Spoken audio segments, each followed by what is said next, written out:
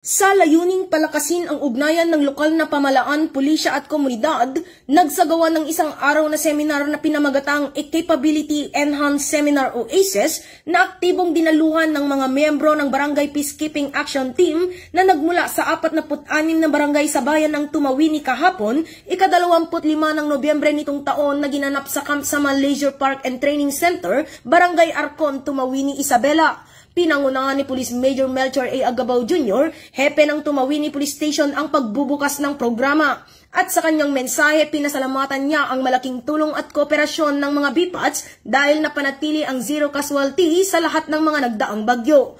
Dumalo at pinasinayanan ni Honorable Mayor Venus T. Bautista ang programa at ayon sa kanyang makabuluhang mensahe ay binigyang diin niya ang pagpapanatili ng kaayusan at katahimikan sa bayan ng Tumawini dahil sa magandang pagsasama at pagtutulungan ng mga barangay officials, LGU at kapulisan. Nakiisa din sa programa ang iba't ibang miyembro ng lokal na pamahalaan at ahensya ng gobyerno. Bilang panimula ng seminar ay tinalakay ni Police Major Melchor A. Agabao Jr. ang mga pangunahing paksa gaya ng roles ng BPATs, citizens arrest, first responder duties at mga batas gaya ng Republic Act 9165 at anti-terrorism.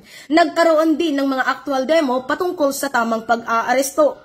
Sumunod naman na nagbigay ng kaalaman si Police Staff Sergeant Ines Patrono patungkol sa Republic Act 9262, Republic Act 8353, Republic Act 7610 at Republic Act 11313. Binigyang diin rin ang mga iba't ibang tungkulin ng mga BPAD sa pagtugon ng mga kaso at reklamo ng mga kabataan at kababaihan.